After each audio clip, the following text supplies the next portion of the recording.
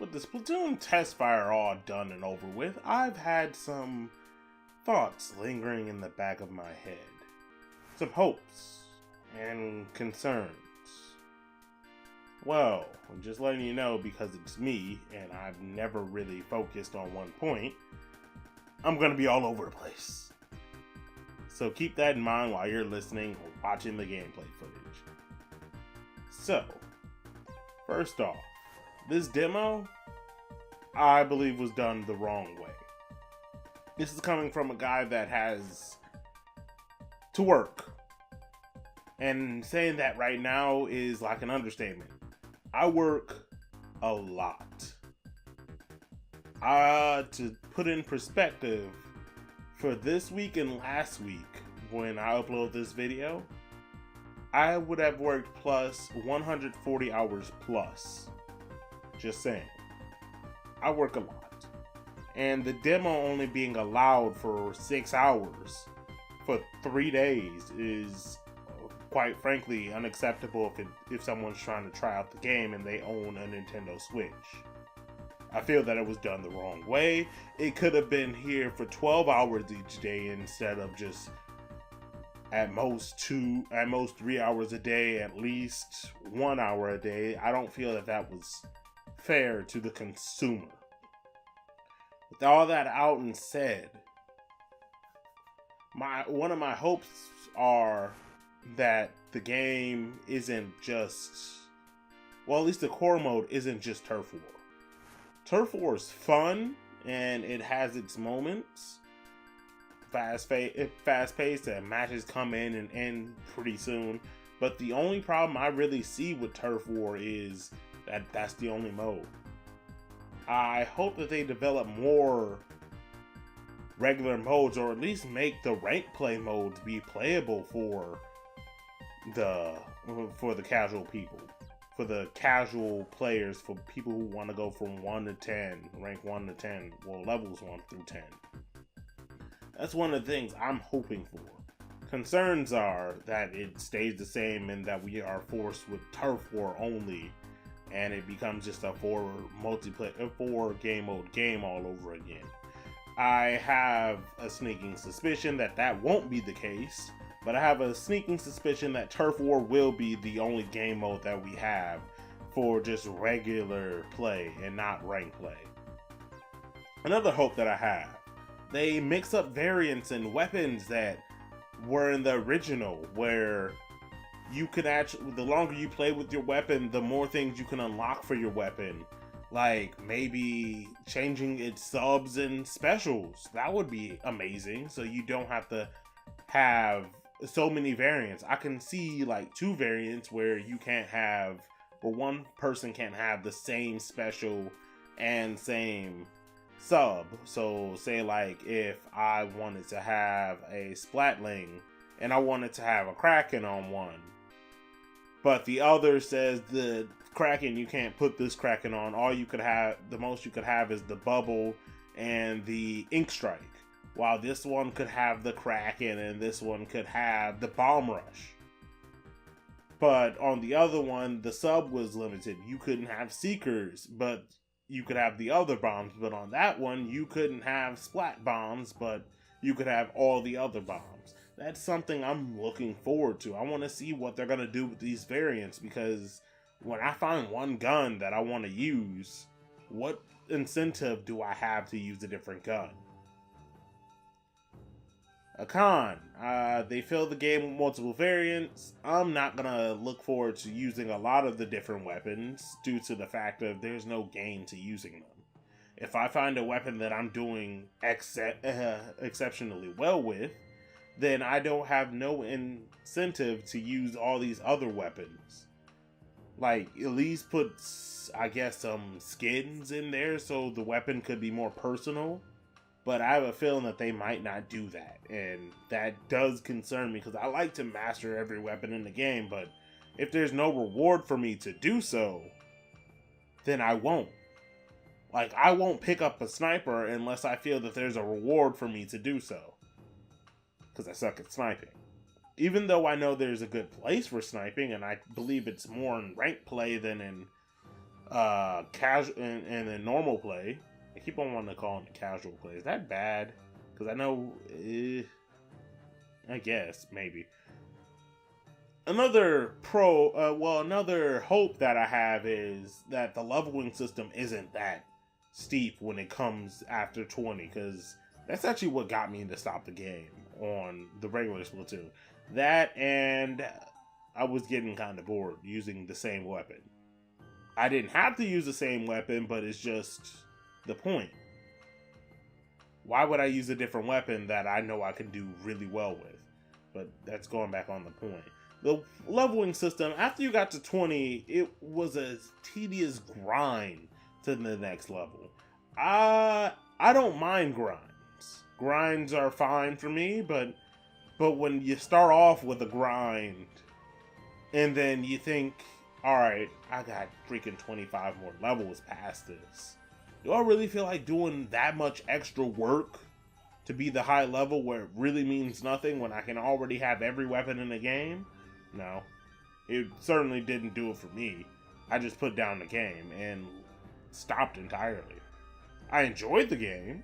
I just felt that it wasn't enough content to keep me in it, if that makes sense. I know you could have earned extra gear from getting those levels, but that was every 5 levels, and that wasn't every level. Speaking about gear, there goes another concern. Well, gear. You know, when you play with the gear, which is the only thing that actually tracks that you're playing with the gear, when you play with the gear, you can unlock an ability with it. Sub-ability, I think that's what it's called. With sub-abilities, they're random. And that's okay and all, but I want to know if Spike comes back as a character and we can use the Super Sea Snails, why can't we pick our abilities after we re-roll them? Why can't we just pick at least some of them instead of them being set as re-roll? I would like to see a lot more user-friendly things, so if I want to pick a certain ability that would suit my class a lot better. And really, I want to just see it more personal. What if I want an ability that does this, this, and this, instead of it all being half of something? What if I just want to strengthen my speed from the sub abilities? Or what if I wanted to actually make where I have more in the tank? There's a lot of things I feel that could go along with the gear I have, but since it's random, it doesn't feel like I'm doing much. It's a small bonus anyway, so it's like a small tweak to you, but if I can have 3 of these, then a small bits adds up. I can't really think of another hope that I have right now, so let's dig back into a concern. So another thing I would like, well, level design. From what I've gotten from level design, I've seen that they keep off a fair bit of section to yourself so they won't be spawn killing, and that's a bit odd, honestly, because you can get spawn killed, but you have to step out of your spawn. So I was wondering, why did they actually do that? But I've seen that some maps are actually getting reworked after the demo, so I guess they didn't want advanced players to play in where they can just go up there and kill people at their spawn, and there'll be bad experience for everyone else. But I should be able to cover most of the map if I am playing the game, and I feel that should be a thing. Oh, that's what I forgot. Another con, unfortunately. Another con is the voice chat app. And yes, it's the voice chat app. Now, again, me bringing up work in this situation. I use my phone for my work. Now, parents can use their phone for work. This can be a huge problem if someone who's not mature enough to have a phone, like I know my little sister keeps losing her phone if she has a phone. She keeps losing her phone, so she can never find it, and this might give her more incentive to do it. But I feel that this is being more an incentive to keep the kids off of voice chat, because parents wouldn't just let them have their phones on them at most of the time, especially if it's their job. to have their phone with them for an important call or anything. But the main thing I can see the problem is online is the voice chat app. We haven't seen it, but I have a feeling that it's not gonna please anyone. I have a feeling that it's going to be tedious. I have a feeling that I'm just gonna say, screw it, use Discord, use Skype, or heck, even call somebody on my phone because I think it might be easier. Hopefully they prove me wrong. Hopefully they actually make this app amazing. But I don't think the app that forces you to use it in order to talk to your friends, which you only can talk to your friends. You can't talk to your teammates, by the way. They said specifically your friends, if I'm not mistaken. I could be wrong. They said specifically your friends, and only if you're on teams with them. There goes another hindrance. So you can't, like, talk trash to your friends or anything like that, like I like to do when we're fighting each other. It's fun. It's kind of like when you are doing things in Mario Party. It's quite fun. So, a pro. So far, I like the controls. That said, I don't like all the button layouts, or at least, let's just say the map. It takes me a minute to actually switch controls from how it was on the Wii U compared to the Switch, because on the Wii U, you would use the X button to jump. And that's the thing. You use the B button to jump in this, and the X button, once you press it once, it pulls up the map. And the map is a centerpiece of your screen. It pulls it up on your entire screen. Now, my problem is with the map being on the entire part of the screen is why couldn't they just put the map, a smaller rendition of the map, on the bottom right? It would be nice, it would be easy to glance at, and if you wanted it big, you could press X and hold X to see it on there instead of tapping X and it'll just be on your screen. I feel that this is a bad design choice. It should be modified where it can be different. That said, I also would like custom buttons. I would like to configure my controls just in case if I don't like the default controls or the other two control schemes they might have in. Motion controls, I've barely tried them. They're alright. And I always like the option to use the gyro controls if I feel inclined to do so. It is nice to turn them off because I personally don't care for them that much all the time. But it is a nice choice and I welcome it. Choice is always great. About connection. I'm not sure if these are on dedicated servers or peer-to-peer. I'm thinking they were on dedicated servers, at least for this event. But for whatever reason, I've disconnected the first 3 games I came in. So, and I'm not the only one that's been disconnecting. Either my teammates have been disconnecting or the opposing team that's been disconnecting. I've seen where I've been winning matches and I'm about to say, oh, we're winning by a lot. I wonder why. And then I see at the end that it's just one person has 0. I'm going to say, oh, that's why they won. Well, that certainly wasn't fair. Or why are we losing? I just took out a couple people and we can just spread our ink all across the map. Okay, we're down by a person and they regroup fast enough.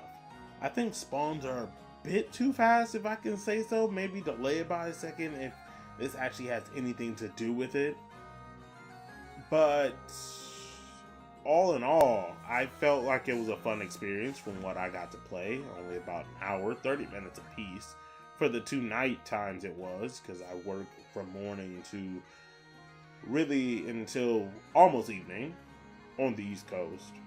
And that gave me only that time frame to play. The other times I was at work and it was inconvenient for me. But other than that, I feel that this game has potential. I feel that this game, if it shapes up, that it can be really fun. And the story mode, I'm looking forward to seeing. I hope it's a little longer than the old story, but it was a fine story what we got in the last game. Looking forward to seeing when this game comes out, because we still haven't gotten a release date for this game. I'm looking forward to seeing the customization that we're going to get in this game.